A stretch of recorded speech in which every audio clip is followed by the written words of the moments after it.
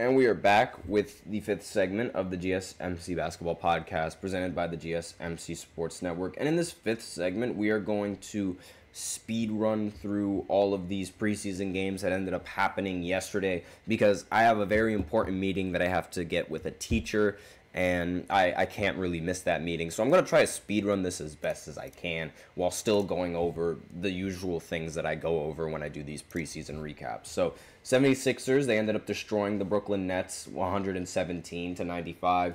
The best player for the 76ers was Kelly Oubre Jr. He ended up scoring 18 points in 21 minutes.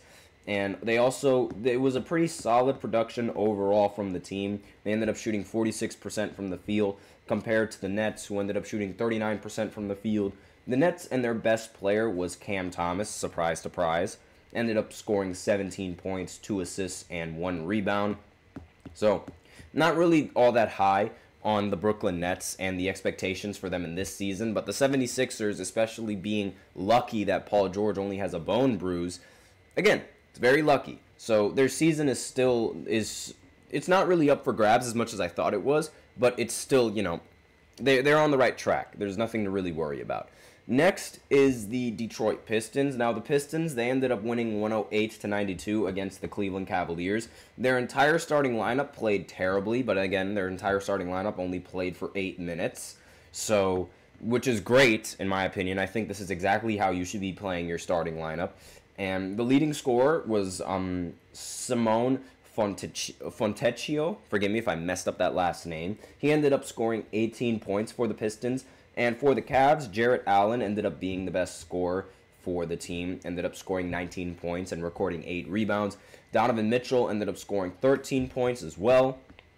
And just, solid production coming in from the starting lineup. Again, just solid. I mean, the Pistons, they shot the lights out from 3 compared to the Cavs. The Cavs went 9 for 30 for 30%.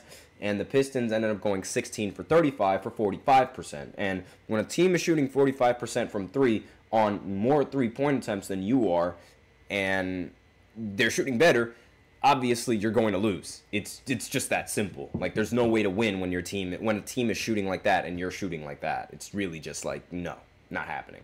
The Atlanta Hawks, they ended up losing another game. They lost to the Miami Heat 120-111. Jimmy Butler ended up scoring 24 points in 21 minutes. Tyler Hero scored 19 points in 23 minutes. And player coming off the bench, Haywood Highsmith, ended up scoring 16 points in 17 minutes. And overall, again, solid production coming in from the Heat. They shot 51% from the field compared to the Atlanta Hawks shooting 42% from the field. And let's see, the best player and the best scorer for the Hawks was Jalen Johnson, 21 points in 17 minutes. Trae Young ended the game with 10 points and 7 assists. So overall, solid performance coming in from the team. Not to mention David Roddy coming in with 15 points in 33 minutes. And Kobe Buffkin, who also had 15 points, but in 24 minutes. Now, Roddy, he ended up going 5 for 15 from the field, so he scored 15 points on 15 shots, which is really not efficient, not something that you really want to do. And Trae Young ended up hitting all of his three-pointers, 2 for 2, 3 for 5 from the field. And he didn't really play that much, which I don't really expect. You should not be playing Trae Young all that much. But yeah, that's basically the final score for that game. Next, the Chicago Bulls, they ended up playing against the Minnesota Timberwolves, and they actually ended up beating the Timberwolves. And even better news, this was Lonzo Ball's return. Yes, Lonzo Ball ended up returning after not playing almost 2 years, I believe it was. But yes, this is the big return for Lonzo Ball. He ended up scoring 10 points. He did hit a three-pointer as his first shot attempt, I believe. And was overall, he shot 4 for 6 from the field, very efficient, 2 for 4 from 3, very efficient as well. Recorded 10 points, 1 rebound, 1 assist, 1 steal, and 1 block. Overall, just a fantastic performance in a return game coming in for Lonzo. I'm a huge Lonzo fan, by the way. Kobe White ended up scoring 23 points, was the leading scorer for the entirety of the Bulls. Zach LaVine scored 19 points. Nikola Vucevic ended with 17 points and 12 rebounds. And let's see, Talen Horton-Tucker ended the game with 17 points as well. The Timberwolves, on the other hand, Anthony Edwards, the amazing, overrated Anthony Edwards, shot 6 for 23 from the field and 3 for 16 from 3. Just bad shooting in a preseason game. DiVincenzo shot 17 points, 3 for 13 from 3. Again, just bad. And let's see, Josh Minott ended up going 7 for 10 from the field with 18 points, 3 for 4 from 3. But the whole team as a whole ended up shooting 32% from 3. It was really Anthony Edwards and DiVincenzo that were holding this team back. And, I mean, the Timberwolves, they had 103 shot attempts compared to the Bulls and their 91 shot attempts. The Bulls just ended up hitting more shots at a much more efficient rate than the Timberwolves, and that was a big reason why they ended up winning. Also, Anthony Edwards, 6 for 23. I cannot stress that enough. Overrated. Just an overrated player. Julius Randle ended up going 6 for 12 with 15 points. Even he ended up playing better than Anthony Edwards.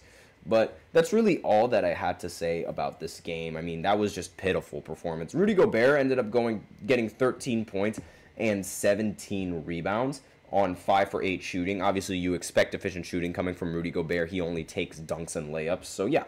And then the Trailblazers, they ended up beating the team that I still have no idea how to pronounce, Ulam Ratio Farm. Forgive me if I messed up that name. They ended up winning 111 to 110. The fact that this game was even close is a little bit concerning.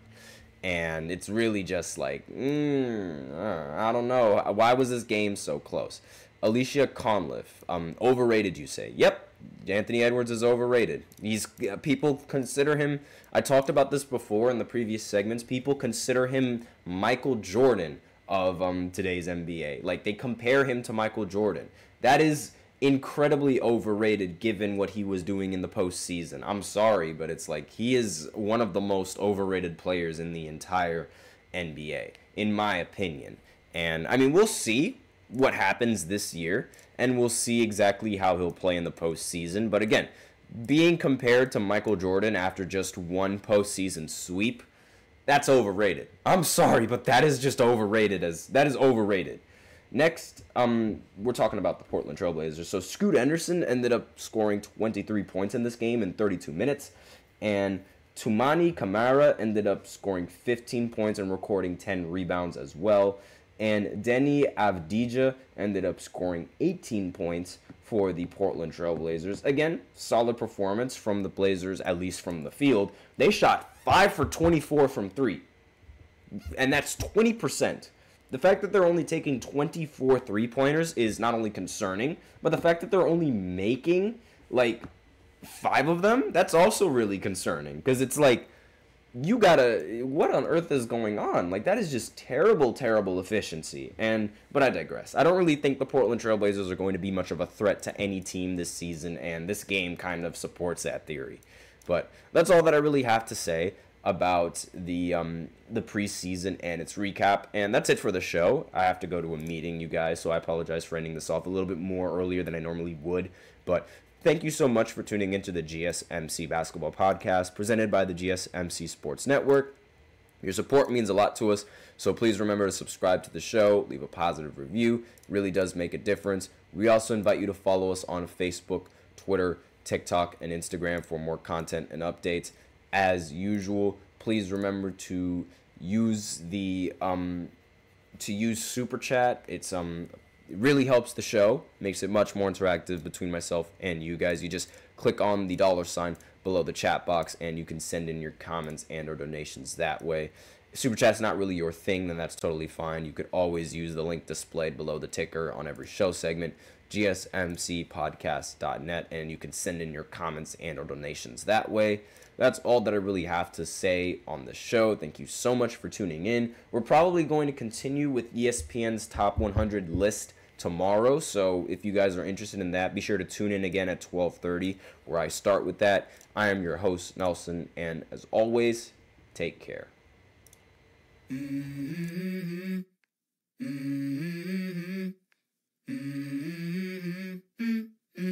Let's go.